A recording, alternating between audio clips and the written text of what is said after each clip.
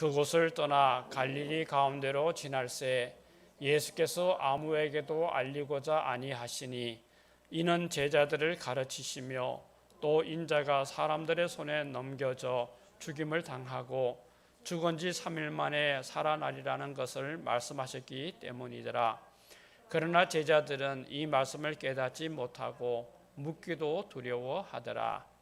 가버나움에 이르러 집에 계실새 제자들에게 물으시되 너희가 길에서 서로 토론한 것이 무엇이냐 하시되 그들이 잠잠하니 이는 길에서 서로 누가 크냐 하고 쟁론하였습니다.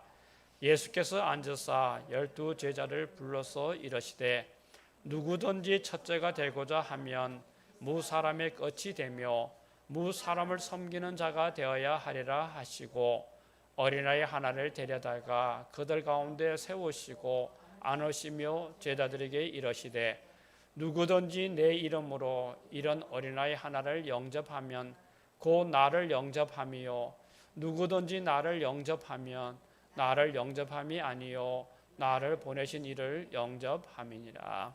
아멘.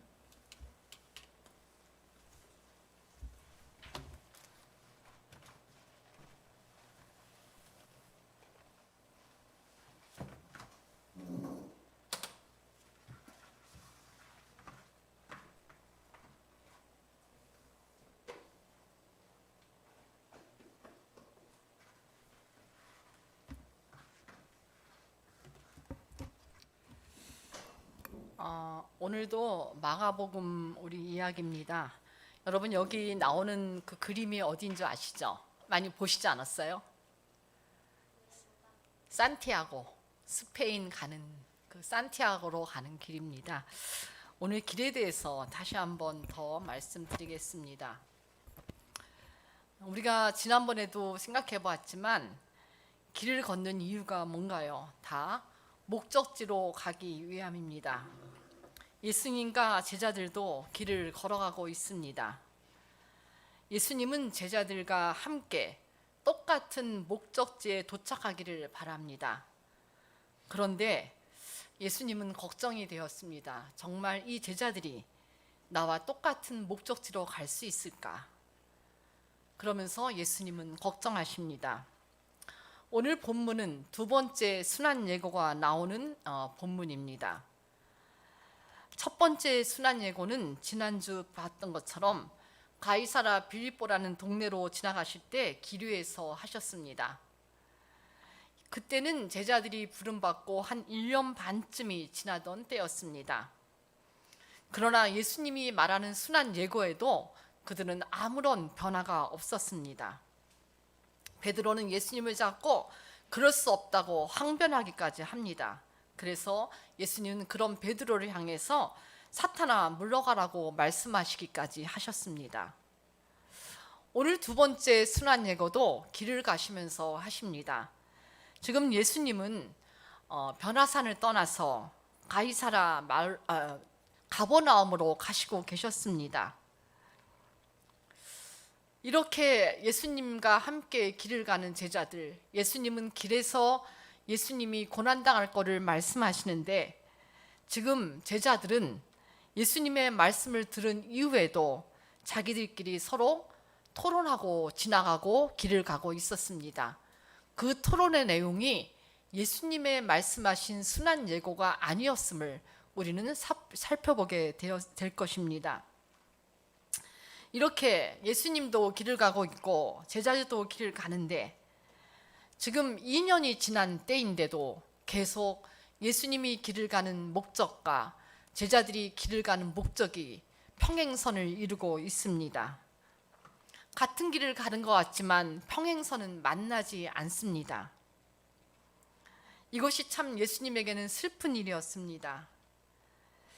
정말 이들이 끝까지 나와 함께 할 수 있을까?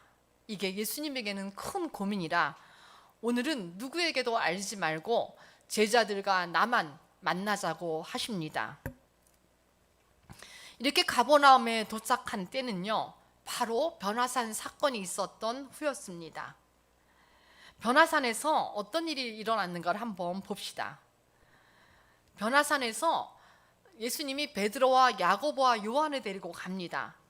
그런데 예수님의 옷이 정말 광채가 나고 세상에서 빨래하는 자가 그렇게 할 수 없을 정도로 휘어지는 모습을 지금 제자들이 보게 됩니다. 그리고 엘리야와 모세와 함께 예수님이 서서 대화하는 것도 보게 됩니다. 정말 놀라운 광경이었습니다. 시간과 공간을 초월하는 만남이 지금 이루어지고 있었습니다. 이 광경을 목격한 베드로와 야고보와 요한도 그냥 예수님 우리 여기서 그냥 삽시다.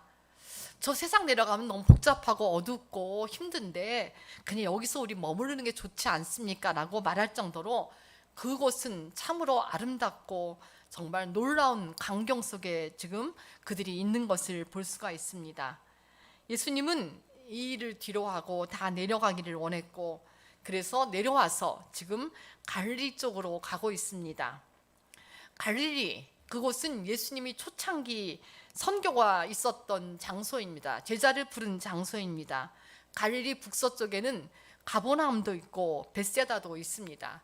여기는 갈릴리를 중심으로 어부를 하는 자들이 모여 사는 곳이라 이곳에서 예수님을 따랐던 베드로, 야고보, 요한 모두들 그곳에서 예수님을 따르게 되었습니다. 예수님이 지금 2년쯤 지나서 이곳으로 다시 가는 이유는 정말 이 제자들이 처음 나를 따를 때 어떤 목적으로 따랐는가도 알고 싶었고 지금은 또 어떻게 변해서 나를 따르고 있는가도 알고 싶었을 것입니다. 그리고 다시 한번 너희들이 나를 따르는 이유에 대해서 한번 정립시키고자 하는 목적도 있었습니다. 예수님은 자기가 죽을 날을 아셨습니다. 1년이 지나면 이제 예수님은 십자가에 돌아가실 겁니다.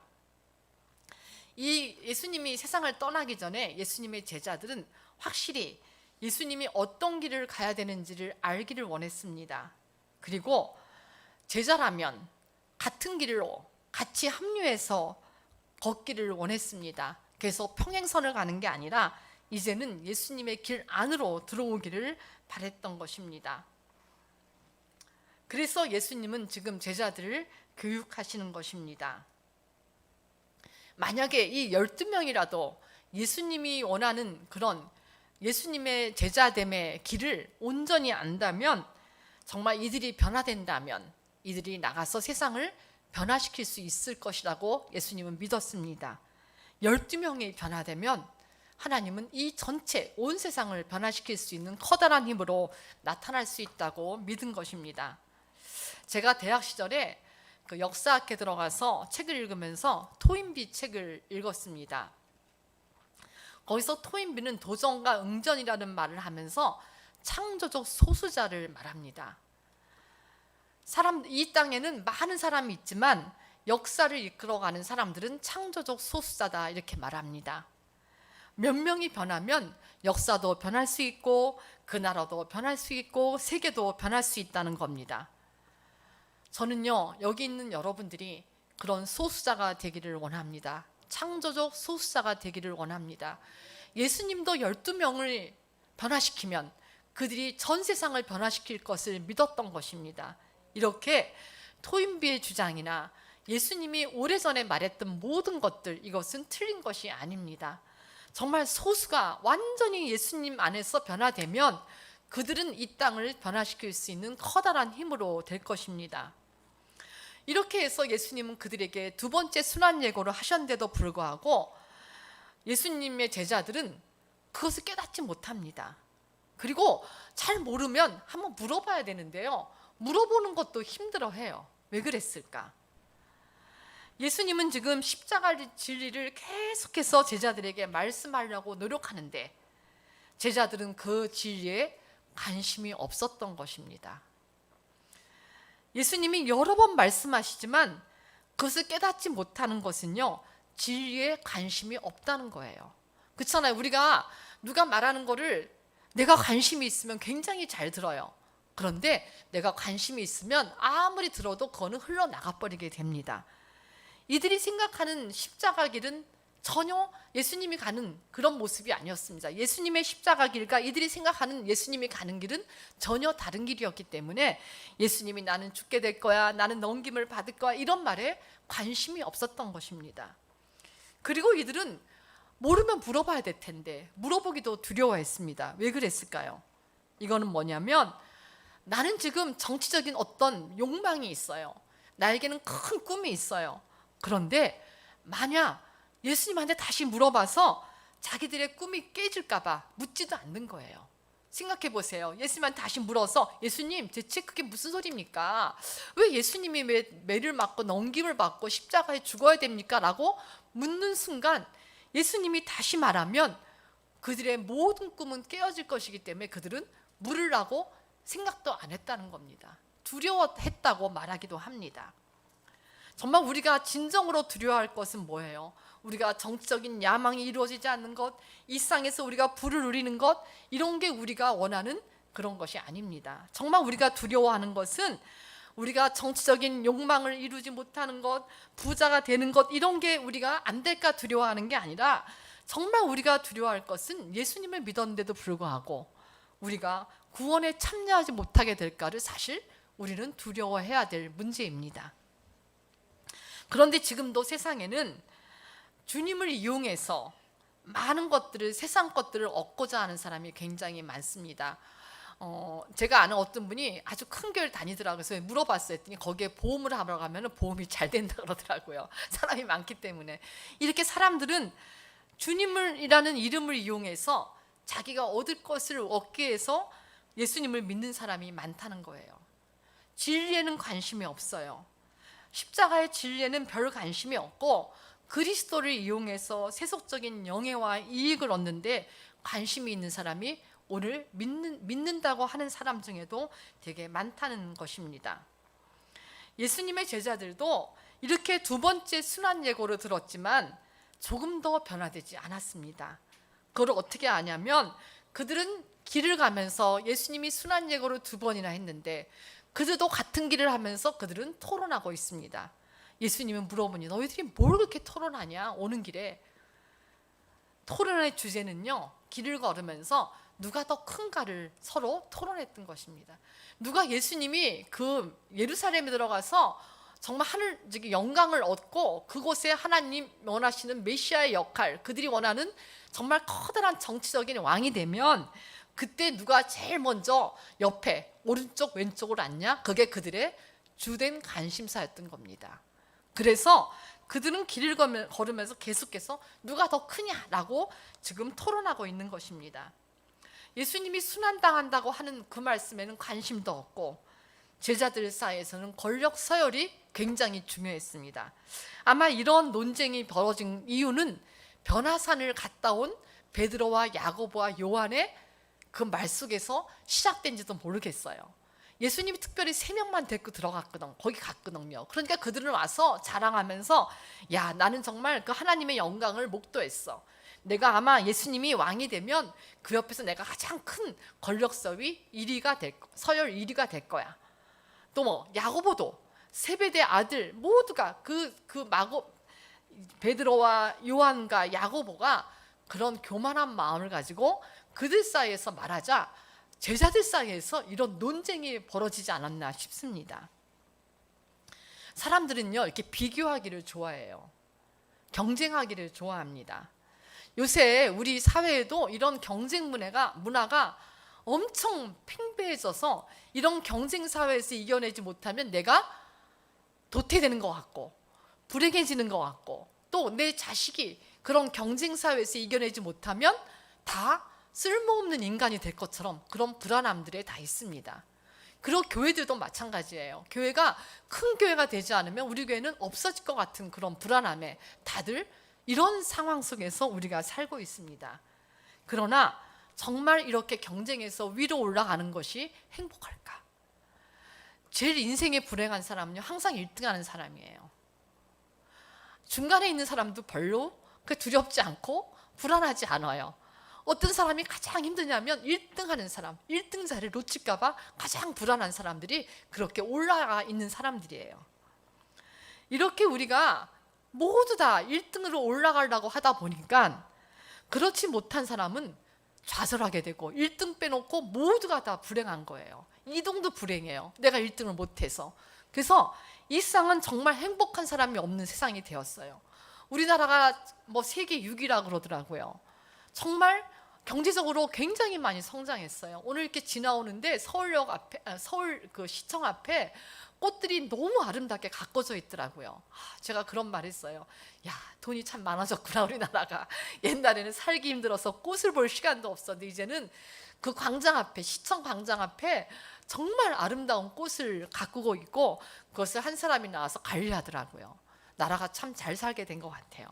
이렇게 경제적으로 부유하다고 했는데도 불구하고 우리나라 사람들의 행복지수는 그렇게 높지 않다는 것입니다.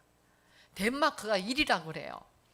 왜 우리가 이렇게 경제적으로도 부강했는데 자살하는 사람도 많고 불행한 사람도 많고 왜 이럴까요? 그거는 너무 경쟁 문화에 위로 올라가야 되면 된다는 그런 불안함에 쫓기며 살아가기 때문입니다. 그런데 이 당시에 제자들도 마찬가지였습니다. 예수님은 그런 문제를 가지고 다투는 제자들의 모습이 참 안타까웠습니다. 그래서 스스로 꼴찌가 되시기 원했던 예수님은 오늘 제자들에게 너희들이 원하는 것, 그것이 인생의 행복이 아니라는 것을 알려주기 원했습니다. 지금 제자들이 바라는 정치적 메시아로서 자기들의 기대를 포기할 수 없었는데 아마 그들은 처음부터 그렇게 따랐을 수도 있습니다. 그런데 예수님은 그 길이 아니라고 계속해서 말씀하시는 겁니다. 그런데 누가복음 22장을 보면은 예수님이 마지막 성만찬을 하는 자리에서도 서로 다툽니다. 누가 크냐는 다툼이 계속되는 거예요. 세 번째 그 예수님의 순환 예고를 듣고도 그들은 그 자기들의 욕망을, 세상적인 욕망을 내려놓지 못하고 계속 다투는 거예요. 예수님이 죽는 순간까지도 계속 다투는 거예요. 누가 가장 옆에 앉을까? 이렇게 다투고 있었어요. 정말 예수님은 죽음을 향해 가면서 계속 그들의 모습을 지켜봐야만 했어요. 예수님의 마음이 어떤 색이었을까? 아마 색으로 따지면 새까만 색이 아니었을까? 가슴이 다 정말 새까맣게 탈 정도로 내가 이들을 3년 이상 계속 같이 먹고 자고 하면서 가르쳤는데도 불구하고 내가 지금 십자가로 가는 그 길 속에서 이들은 계속 논쟁하며 다투고 있는 거예요. 누가 가장 옆에. 세베대 엄마는 뭐라 그래요? 우리 아들을요, 야고보와 요한을 옆에 앉게 해달라고. 그 세베대 아내죠. 그 요한과 야고보 이 두 사람을 예수님 가장 측근에 앉혀달라고 엄마가 부탁하기도 합니다. 그런데요, 우리도 자세히 보면 예수님을 따라가면서 우리가 십자가를 지으려고 하는 것보다 이런 제자들의 모습이 우리도 있다는 거에 대해서 우리가 많이 정말 우리를 다시 한번 바라보고 우리가 회개해야 될 게 아닌가 생각합니다. 인간에게 있는 모든 모습이 제자들로부터 나타나고 있고 제자들의 모습은 또 우리들의 속성이기도 한 것입니다. 그래서 예수님은 9장 35절 한번 다 같이 읽어봅시다. 시작. 첫째가 득이자 하면 무사람의 끝이 되며 무사람을 섬기는 자가 되어야 하리라. 이렇게 말씀하십니다. 첫째가 되고자 하는 사람은 끝이 되어야 한다고 말합니다. 뭐냐면은 지금 높아지려고 서로 다투는데 정말 높아지고 싶냐? 그럼 가장 낮아져라 라고 말하는 거예요. 너희가 또 섬김을 받고 싶냐? 그러면 섬겨라 하고 말하는 거예요. 왜냐하면 예수님은 알았어요. 첫째가 되려고 발버둥 치면 그 사람은 더 낮아진다는 거예요.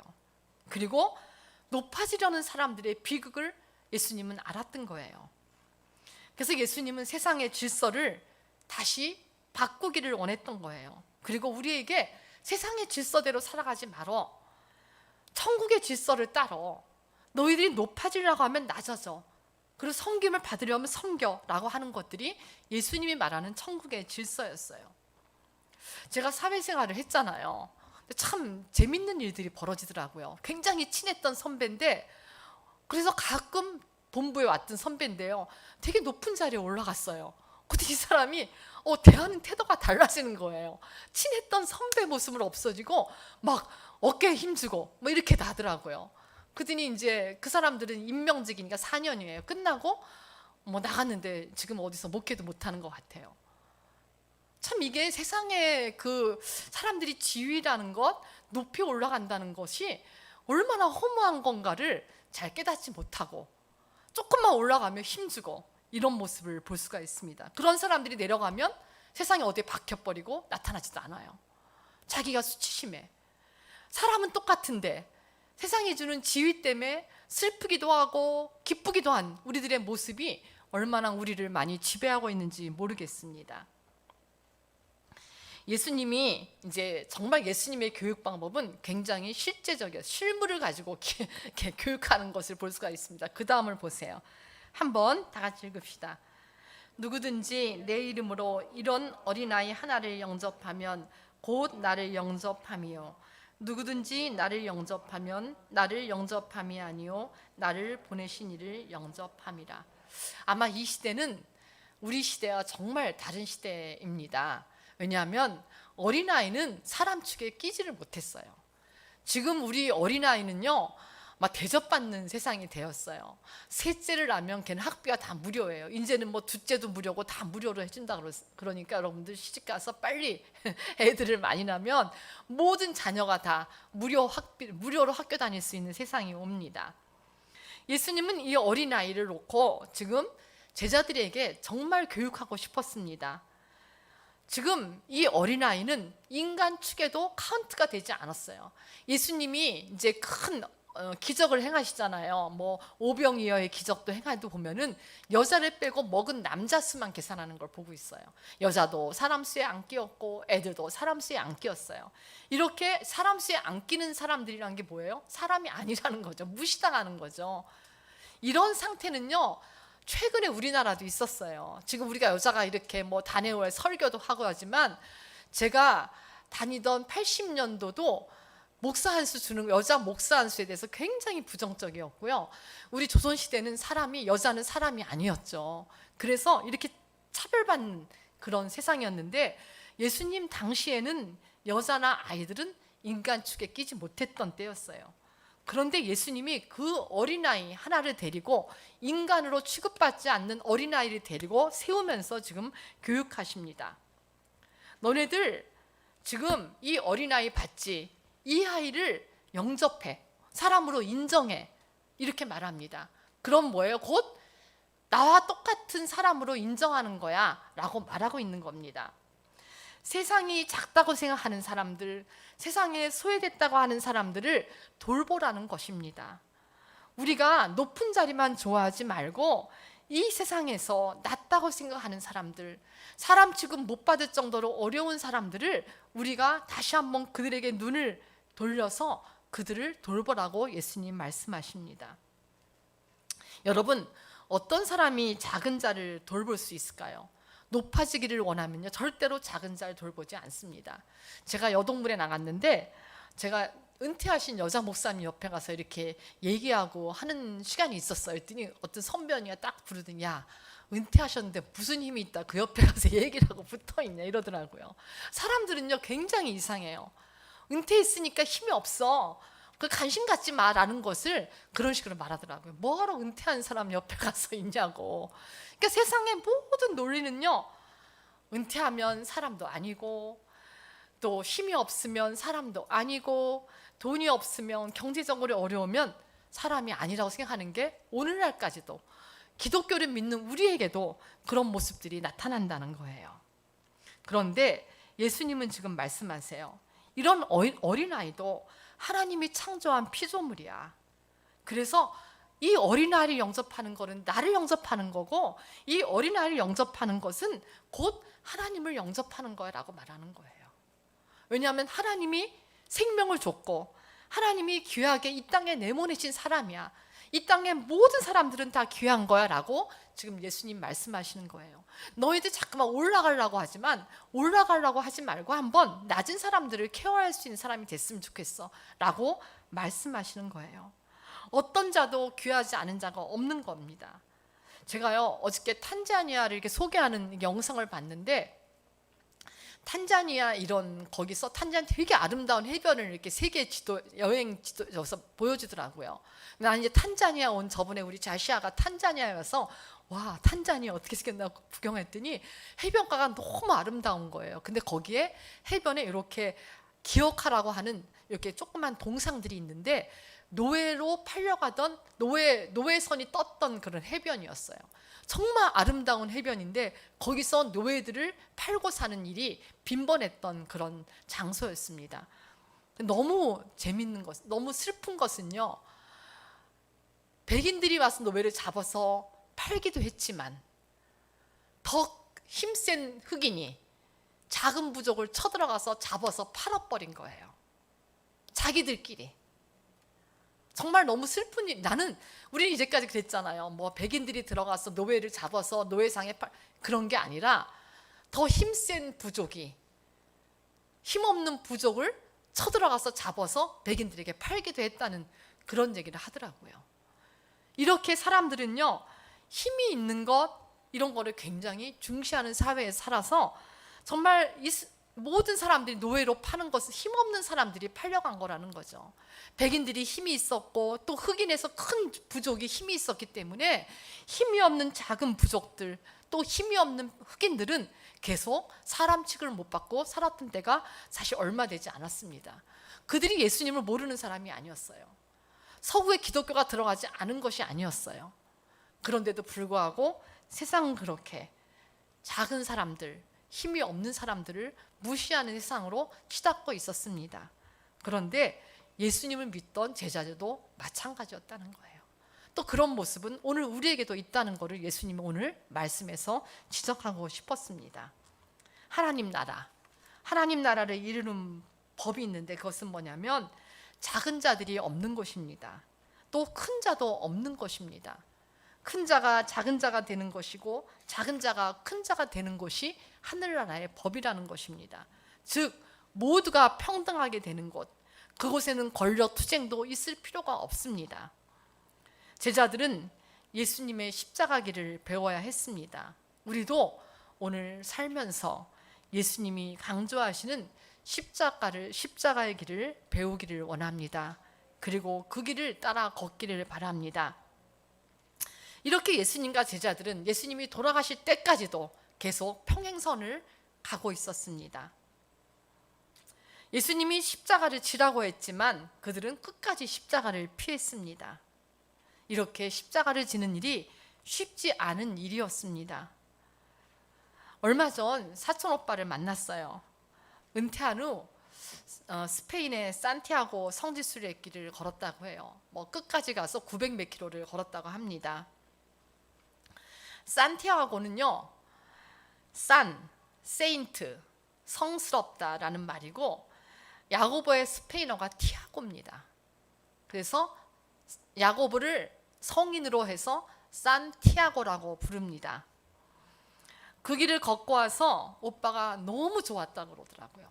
여러 사람이 같이 가면 의미가 없고 혼자 900 몇 킬로를 걸으면서 굉장히 많은 살아가는 일에 대해서, 인생에 대해서 많은 생각을 해서 또 한 번 가고 싶다 그러더라고요. 한 40일 걸렸다 그래요.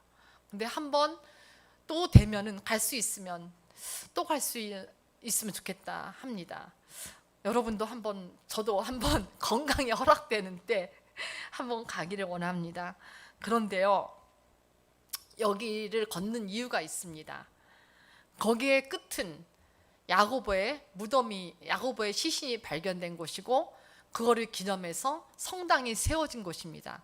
그래서 야고보가 배를 타고 내렸다고 생각하는 프랑스부터 스페인까지 한 900여 킬로를 걸으면서 이제 쭉 사람들이 걷는 거예요. 그 길을 이제 야고보가 걸었다고 생각하고 이제 걷는 겁니다.